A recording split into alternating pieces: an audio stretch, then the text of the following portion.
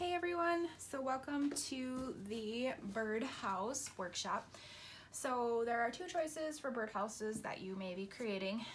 You may be creating the Starbucks birdhouse, or you may be creating just the fun, different colors with some flowers and then the little welcome. So depending on what you're doing, it's going to be basically the same process. You're just going to be using a few different colors and some different transfers. So first and foremost, you're going to want to just go ahead and paint your birdhouse. Pretty simple. There's some brushes included in your workshop, your paint colors, and then just paint. I can tell you right now it's not going to be perfect just because it's a little bit harder to get around the edges, but there is a smaller brush included in your workshop if you're a perfectionist. But like right there, if you can see, I totally oopsied and I forgot to go back and fix it. Promise you it's still gonna look amazing, and at a distance you're not gonna see it, and most importantly, if you're using this outside, the birdies are not going to care. So once it gets painted and is completely dry, you just want to make sure it's completely dry. That is when you're gonna start using your stencils. So I have mine in a couple different stages of being completed. This one I've painted a little bit, it's drying, so I can show you once that dries how to remove it. These ones are before I start painting, so you guys can kind of see how that is. And then I just wanted to do one quick here to show you guys how to go ahead and do this. So you have your transfer. This clear sheet is called the transfer vinyl. What this does is just basically the carrier so that you can pull this off the backing like this. So this backing is now trash. Then you're gonna go ahead and set this wherever you're gonna wanna put it. I'm gonna wanna put it right on the back. You're gonna push it down. And once you're ready, you just peel the corner, peel it back, and the vinyl should stay on your birdhouse. And then pull this transfer paper off. This is now garbage, and you've got your stencil. So when you do go to paint, I'm gonna do this one in the yellow. What you're gonna wanna do very first is make sure you just go over it once over after you put it down to make sure it's on there. You're just gonna wanna lightly dab. You don't wanna do a ton at once. Your first coat, you want it to be very light. This just helps seals your edges so that when you go to pull this off, there's minimal bleeding underneath the stencil.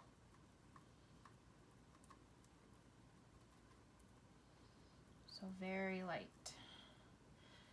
And then you would just let that one dry.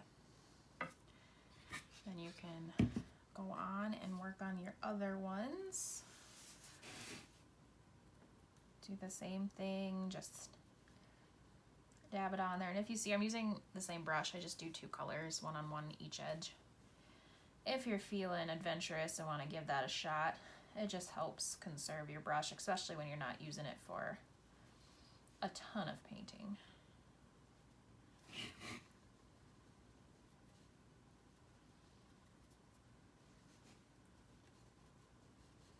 Just like that.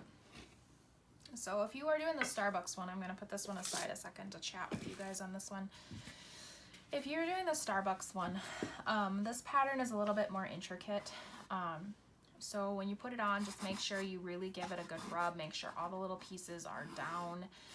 And then when you start your painting, your very first coat, you want to do the green as light as you can. So just very, very, very, very gingerly dab that paint on there. And then as it dries, just keep adding more coats to it. So that, like I said, is just going to give this nice, clean, crisp look to the paint. There'll be a teeny bit of bleeding just because of the nature of the wood. Obviously these birdhouses aren't made out of the most spectacular materials, so the grain of the wood will create a little tiny bit of bleeding, but by just doing it slowly, dabbing, you'll definitely get the best result for that paint. So once you have this done in your last coat, I honestly would just have it set it aside with the stencil, everything still attached.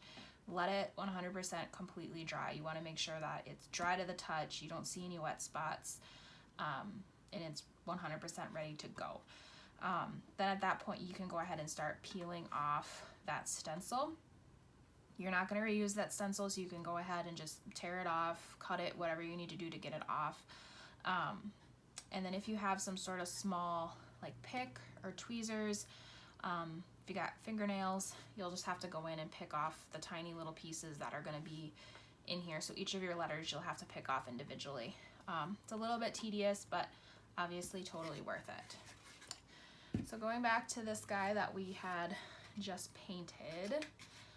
So this one looks like, can use a little bit more paint. And if you're doing this with kiddos and obviously you're not gonna be able to be as precise, that's fine. There may be a little bleeding if you go quick, but like I said, it doesn't need to be perfect. It isn't the end of the world. All right, let's see here. These aren't completely dry, but I just want to show you guys, once you do get ready to pull it off, always that corner is always the fun part. Just go ahead and pull up, and there you go. That stencil is just trash. If it comes off really nicely and you want to try to reuse it, like this one came up pretty good, I didn't have to tear it. Feel free to just, if you can get it to stick and it still adheres, go ahead and reuse it. There's no problems with that. These simpler patterns will be easier to reuse. The Starbucks one, unfortunately, you're only going to get one shot out of that. So, and then once you're finished, I would just let this 100% dry. And then if you do plan to put this outside, just an idea, they sell something at the store called polyurethane. It's just a sealant. You can get it to brush on, or you can get it to like a spray can.